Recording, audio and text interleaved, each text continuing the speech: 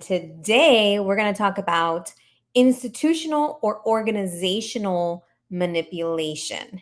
The reason that I wanted to do this, I've been doing a series of talks on different things that survivors are going through, like forms of abuse, manipulation, um, things where we can signs that you're being gaslighted, different things that you can pick up on whether you're in a type of relationship or organization that is toxic or things that you might want to look out to for in the future.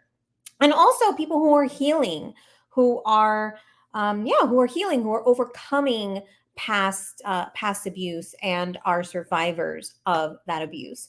So what I wanted to do today is talk specifically about organizational or institutional types of abuse and manipulation. The reason that this is important is because a lot of times we might recognize it when it's an individual, when it's one person being toxic or abusive towards you. But sometimes you don't see it at a wider scale. And there may be many reasons why you don't see it.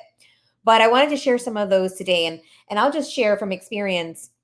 I was thinking when I had this topic in mind of the workplace and also organizations or institutions like religious, like churches, right? That might have some form of manipulation that you're not even aware of. And so, from a workplace standpoint, I know that there are often toxic environments, and I've been in a couple of them. And because I'm a happy, genuinely happy person, I might help to actually elevate an organization while I'm there. But then I'm like, I can't take it on for too long. So if I'm in one of those environments, I might go in, help to elevate that environment, and then have to leave because I can't stay in that environment for too long. And as far as like institutions, like churches, there could be some things that you feel like guilt and shame is a huge, let's say, red flag that the organization or institution that you're in might be using manipulation for some end purpose. So before we move on, if you haven't yet subscribed to my channel, you're interested in supporting and empowering survivors of true crime and also news and updates on popular true crime cases, please hit the subscribe button, hit the like button. It's going to help the algorithm, help support my channel, which is a small but growing channel. And yes, I would love for you to stay up to speed on the different tools and resources that we provide for survivors. Okay, so what I wanted to do is share, let's see if I can do this. There we go. So this is the Mend Project. Now, I stumbled upon this today, and I'm not very familiar with this organization, but I've been following their content, reading a lot of the things that they're doing, and looking at what they've been sharing on social media, and their content seems legit. And so I'm going to be looking more, and I might even want to interview somebody from this organization. I signed up for a workshop that they have next week, and I'll circle back and share some results. It was about love bombing, which is something that happens oftentimes with in narcissistic relationships with somebody who like acts like they're putting you on a pedestal, gets you to trust them by showering you with compliments and with gifts. And by the way, this could also happen at a work environment or in a religious environment as well. You feel like you're all loved and, made to feel like on a high, and all of a sudden it gets flipped on you. And you get, you feel like you're manipulated into doing things that you don't really want to do, or you end up in a toxic relationship.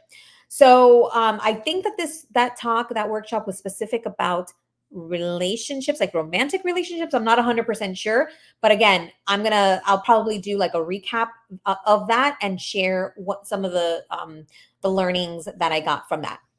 But today I wanted to talk about institutional abuse. What is institutional abuse? So it says here, to some, it may seem implausible that an institution or organization can abuse people, but it can. Let's see what abuse looks like in institutional settings, its effects on victims and their loved ones, and how to recognize, prevent, and heal from it.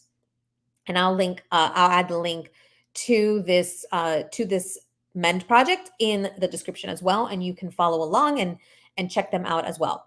What is institutional abuse and what are the different types of it?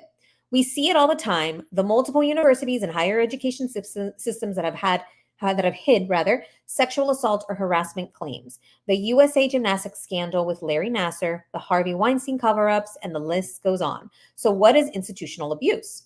Institutional abuse occurs when there's the mistreatment of a person from a system of power, such as a corporation, hospital, nursing facility, school, or religious organization. It could also take place within sports organizations, fraternities or sororities, or various extracurricular clubs and groups. Commonly, it happens in the form of institutional child abuse, elder abuse, or financial abuse. It is a very powerful form of abuse and is extremely damaging to victims. Its various forms include neglect, physical abuse, psychological abuse, verbal abuse, financial abuse, SA, discriminatory abuse based on a person's race, ethnicity, gender, sexual orientation, age, or religion. And the thing that popped out at me, I hadn't even thought of this, is fraternities or sororities, right? Which are at universities usually. And how a lot of times people get into hazing tactics, which could be physically or emotionally, like bullying or just embarrassing, just really awful hazing tactics. And that's used to feel like they're part of this family, to feel like they're part of this secret society or this this elite group. And so I hadn't thought about that, but yeah, that could definitely be a form of manipulation and abuse. The institution might be responsible for the original abuse. For example, when a nursing care facility fails to properly train staff members or its policies to fail to ensure proper hygiene and care for its residents, resulting in increased rates of infection and illness.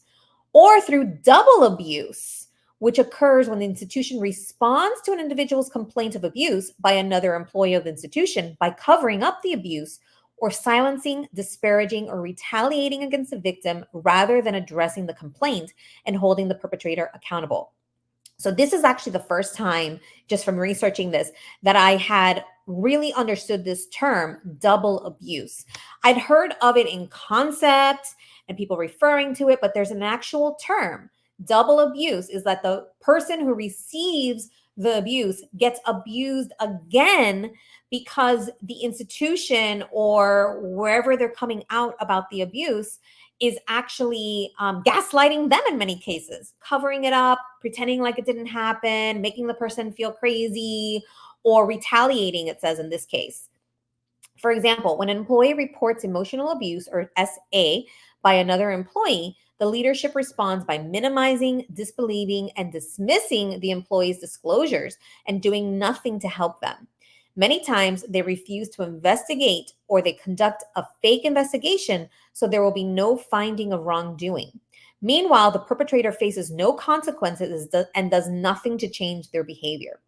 Now, this could be for many reasons. It could be because perhaps, a lot of times abuse happens because of power dynamics. So it might be somebody who is a manager, or it could be somebody like, let's say, a star employee or a star salesperson, or somebody who has a lot of people like in the organization. And so they don't want to do anything to that person for many reasons. And so I love that they've come up with this term, the double abuse, so that we can recognize what happens. And I love how people are so sorry. I shouldn't say it. I really don't love it's I don't know what the right word is.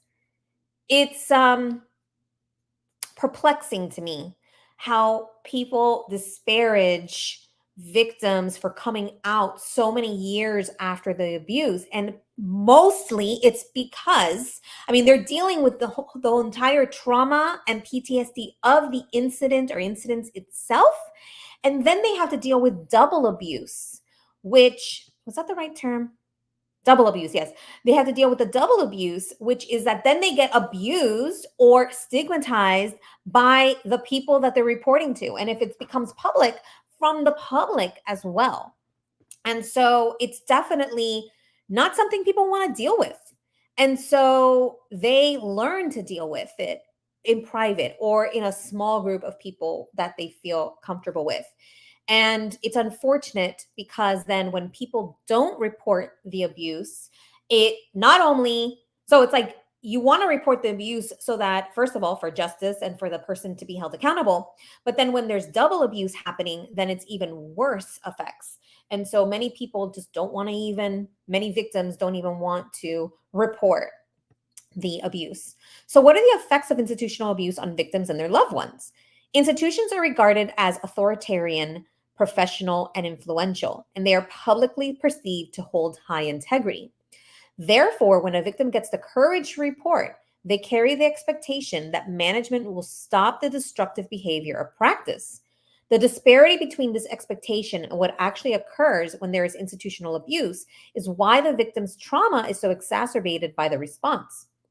The wrong response, which includes minimization, rejection, retaliation, disbelief, disavowal, may cause the victim's PTSD from the original abuse to transition into even greater complex PTSD, a disorder which takes significantly longer for a victim to heal from than PTSD. So it's added on top. So you've got the original PTSD from the incidents, from the abuse, and then you add on additional abuse, and then it becomes complex PTSD.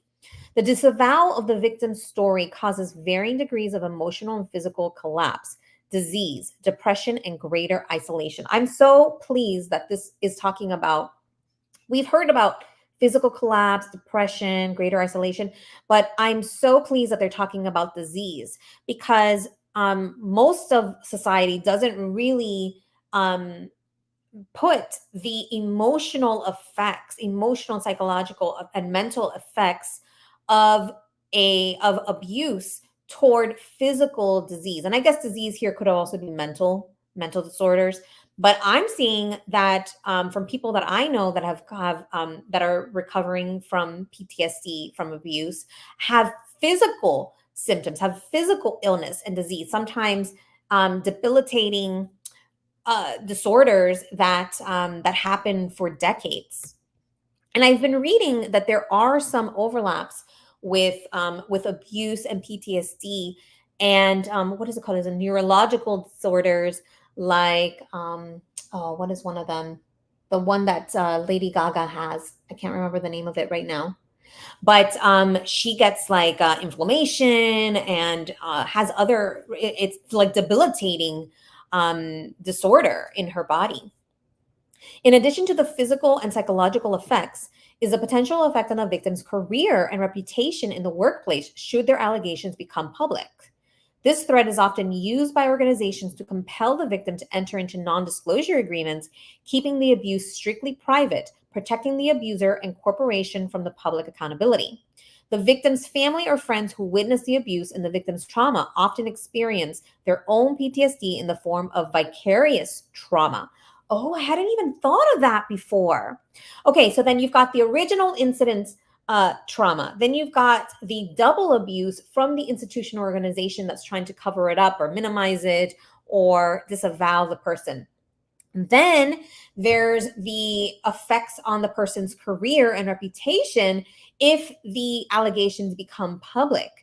And so, and unfortunately, the one who ends up getting a lot of the brunt of that is not always the perpetrator, although it is becoming more after Me Too, it's becoming more prevalent that people are believing victims and survivors because there was this big, what do you call it? Myth that victims of SA just want a payday. They just want to get paid. And the thing is that especially when it's like a criminal case, when they've reported it to the police, they're not going to be making many money from that. That's a criminal complaint. That's a criminal report, not a lawsuit, not a civil lawsuit, a personal lawsuit. But let's just say in the event that there are these civil lawsuits, why shouldn't they, right? By putting it out there, by suing the person, it brings light to it, and maybe the abuser will stop. Because unfortunately, usually abuse is not in a vacuum, and if they're not stopped after the first abuse, then oftentimes it perpetuates. People get away with it, and then I mean, assuming that the person hasn't had any level of awareness, which of course could happen. Somebody could abuse somebody one time, be very apologetic for it, learn from it, from their mistake, and never do it again. But that's not really the reality of it. On top of that, there are statistics that show that very, very few people make false reports of any type of crime. And so it's somewhere around 5%. And so 5% of reports of SA are are false, but that's across the board, all crimes. So people, they make the false reports seem a lot more than they are. But on top of that, people actually underreport SA. So like, let's just take a two different types of crimes. Let's say somebody who steals, oh gosh, I don't even know. Somebody who steals something from a store and SA. So more than likely, there would be about the same amount of percentage of false reports. Somebody saying 5% of the stealing is false and 5% of the SA is false. However, in the case of the actual crime itself, there's more people are going to report real cases of stealing than people reporting real cases of SA. In fact, I remember the last time I had looked at the statistics, it was about a third less, so 33% less compared to other violent crimes. And so that means that less people are reporting SA, so which is quite fascinating. But there's so many reasons for it. We were talking about some right now, right? People are less likely to fear being retaliated against if somebody in the workplace steals from them than if somebody in the workplace sexually abuses them. And so we're talking about a lot of things. It's very nuanced, and there's a lot of emotional and psychological components to what goes into this type of manipulation and abuse. And remember, we're talking about here this type of institutional abuse and manipulation. And but we're really talking a lot about individuals within that organization. And so it's the organization itself isn't the abuser. The organization itself isn't toxic. It's the individuals within that that allow this type of toxicity to perpetuate. And when there aren't resources in place for these bad apples to be dealt with and held accountable within the organization. Why do institutions commit abuse, and how can we prevent it from happening in the future? Institutional abuse takes place when there's an imbalance of power within an organization, or when the institutional systems are weak or poorly managed. An institution that doesn't have proper structure or oversight, or where staff are not trained well, supervised, or resourced adequately, are ripe for institutional abuse. In organizations where the executive leadership is closely aligned, refuses transparency, and is resistant to input or critique from the outside, the risk for institutional abuse runs high. This is particularly true when one of their own or a prized employee, likely one with a public image that benefits the company, or who is responsible for significant profits, is accused of harassment or other toxic behavior. While these are not foolproof, we believe these recommendations would help to greatly reduce the risk of institutional abuse. And this reminds me now of the big case that happened over at Fox News. Gretchen, oh my gosh, I forgot her last name.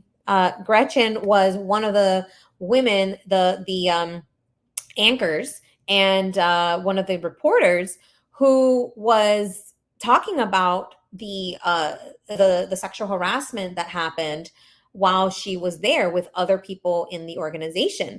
And she was made to sign a non-disclosure agreement. And so she's not allowed to speak out about the abuse, but she's actually trying to pass legislation that does not allow organizations or institutions to do non-disclosures when there is a crime being committed, right? And sexual harassment is probably not a crime. So, like making somebody feel uncomfortable or saying something that makes them feel uncomfortable, that in itself is not a crime. The crime happens more with the actual like sexual abuse itself, like the physical abuse, like touching, groping, obviously anything worse than that. Anything of a sexual nature that's worse than that physically, right? Anything like that, then that becomes a crime. Unwanted, so like unwanted sexual advances, meaning like people hitting on you, is not a crime. But when it goes passes that and goes into physical touching, and other forms of sexual abuse of that nature, then yes, that becomes the crime. So any type of non-disclosure within the organization that halts people from discussing something that could be a crime, that's what is it Gretchen Carlson? That's what she's trying to create legislation to enact, that's not allowed in an organization or institution. Okay, independent investigations for abuse claims. It is good practice to identify an outside person or agency to act as an independent investigator of complaints. Okay, so I'm just going to run through these quickly because most of us are probably not going to be in a position where we're going to be able to um to kind of like navigate this, but these are some good, I guess, best practices for having like a checks and balance for institutional abuse. So having an independent investigator, an outside point person to investigate complaints. So I remember I was at a bank, and I remember when I worked at a bank, that they asked that there was a board member who we didn't have day-to-day conversations with. He wasn't like anybody's boss, but if there was any form of abuse within the organization, we were told to speak to that person, and I believe it could be anonymous. But I like that, even though they weren't like an outside, like it was like a not a person that I didn't know. So it was definitely not like an anonymous person that we were reaching out to. But I did like that it was somebody that I didn't feel any type of way about complaining to because I didn't know the person. Even so, I knew it was like somebody on the board, but it wasn't somebody that I felt any allegiance to or lack of allegiance to. Like there wasn't any strange relationship with that person or any type of power dynamic that I felt any kind of way about reaching out to that person. In hindsight, though, maybe there could be an actual third party person, like let's say an attorney or a victim advocate or something like that, that could be in place. Because even let's say HR teams, HR departments they're not looking out for the individual employees. They are hired. They look out for the corporation. So there might be some individuals that are in the HR department that do look out for the employees, but for the most part, they're going to side. They're going to be there to support the organization, the workplace. And so that person might not even really be a good person to share some, abuse claims. Okay, let's move on. Do not maintain secrecy of the offender. Far too often, institutions protect the privacy of the perpetrator over accountability, reconciliation, and over the victim's best interest. Maintaining secrecy does nothing to stop the perpetrator. Sufficient training. Truly, there's no excuse for remaining untrained. Employees should be adequately trained and managed. Training all staff, leadership, and directors, elders, or other governance boards about abuse and the policies most effective at protecting against it is essential. How can you identify institutional abuse, and what should you do if you suspect someone is a victim of it? The signs of institutional abuse will vary depending on the type of institution. For example, the signs of institutional abuse in nursing homes for elderly differ than those in the corporate setting for SA claims. Both share an organizational structure which is designed to support individual members of it by denying, reversing blame, justifying, lying, diverting, or masking guilt by offering partial or weak apologies and exploiting the victim. If the organization doesn't have a process for investigating complaints while protecting the one who is complaining, proceed with caution. It might be best to consult legal counsel first and foremost to help you identify best steps for reporting the abuse and getting redress. How can victims get help and rebuild their lives after experiencing institutional abuse? Getting out of the toxic environment is one of the healthiest things you can do. Also, you might consider reporting the abuse to outside agencies with the support of competent legal counsel who can help to protect you. And always take care of yourself. You deserve it. Remember, the abuse is not your fault. And that's one of the things that gaslighting often happens. They'll make it like, well, what did you do? Well, what did you say? Well, what did you allow? Right? They'll put it back on you. And that's also called victim blaming, right? Blaming the victim for the abuse instead of the perpetrator taking accountability for their actions. All right, so that's the end of this article. I thought it was really good. Another thing that I wanted to share, I'm just thinking about things that I heard. There was somebody that I followed on Instagram who she talks a lot about the uh, people like not feeling good enough, not feeling worthy enough, and as employees. And one of the things she does talk about is actually imposter syndrome is one of the things she does talk about. And one of the things I remember reading is she would talk about ways to know, because there's the feeling that you have as an individual, but sometimes an organization or institution can have narcissistic tendencies as a whole, right? As an institution or an organization. And one of the things that she said is that when organizations start to call themselves a family, there's danger there that manipulation and abuse could happen. And I had never thought about that because when you work at an organization, you're spending so much time with this person. You spend more time typically with your colleagues or employees, your work coworkers, than you do with almost any other individual, right? And so it could be quite prevalent that abuse or manipulation is happening without you even knowing it. And so back to the family, what was the title of this? I think it's like you're being manipulated and you don't even know it, right? So one of the things is when people are calling their workplace a family or their institution a family, look to see if what comes with being part of this family is the expectations of doing things you don't want to do, working late when you don't want to work late, or working on the weekends when you don't want to work on the weekends, when you're made to do things or say things or act in a way that's out of integrity with who you are, when you don't feel safe in the environment, when you don't have a good communication with your boss or with the CEO. So all those things could be signs that there could be manipulation or abuse happening or toxicity happening in that organization. So yeah, so sometimes if there's this like feel good activities, or even sometimes like rebranding activities or mission statement activities, things that are kind of like band-aids for what's actually happening, but no real change or transformation is happening at the organizational level, then that could be a cover up, right? That could be covering up that toxicity, but not really actually doing anything about it. And so just keep that in mind, right? I've definitely been at a couple of organizations. I was at another organization that I was actually part of the person that was helping to implement some of that change. And I couldn't do it all myself because there wasn't change and transformation happening at the leadership level. So and it was an organization that was at least a couple of decades old. And so there was this OG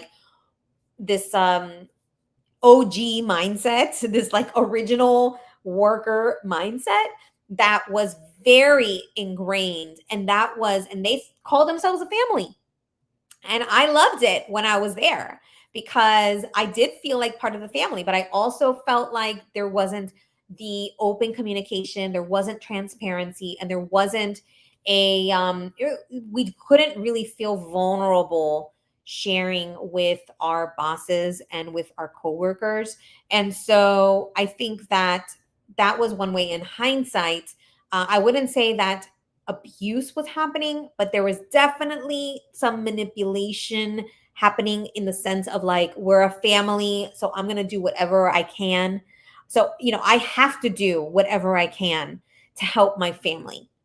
And so a lot of people were overworked, burnt out, overwhelmed, and underpaid. And so all of those things together led to that toxic environment.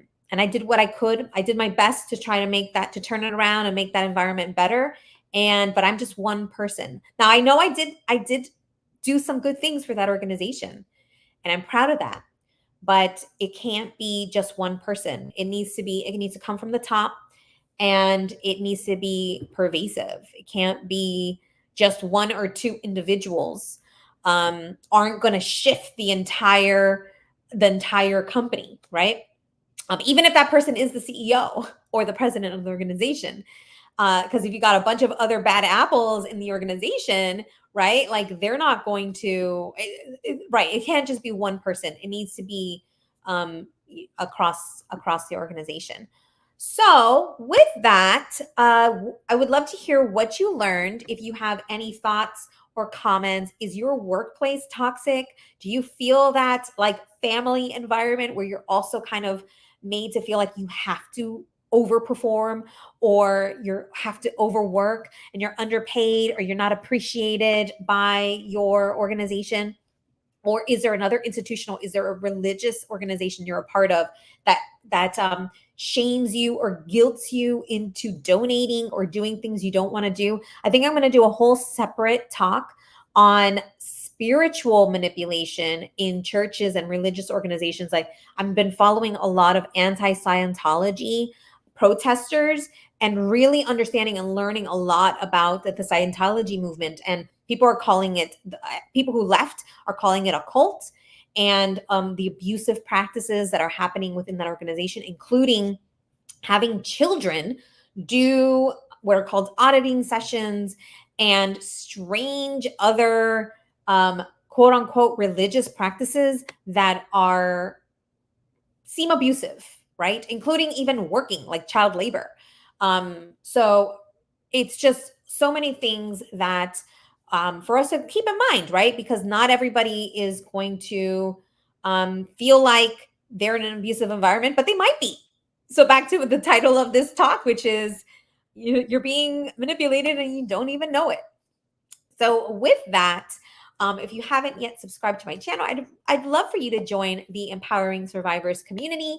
We strive to be a voice for the voiceless, support survivors, victims of true crime, and also provide tools and resources to help us grow and heal from past traumas, and just overall being that support system for survivors. And continue to and hit the bell notification if you can. You're gonna get anytime I go live or I post. And yes, let me know also in the comments if there are other topics that you're interested in me talking about. With that, I bid you adieu. Stay safe, stay thriving. Remember to listen to your intuition and make sure to keep it empowering.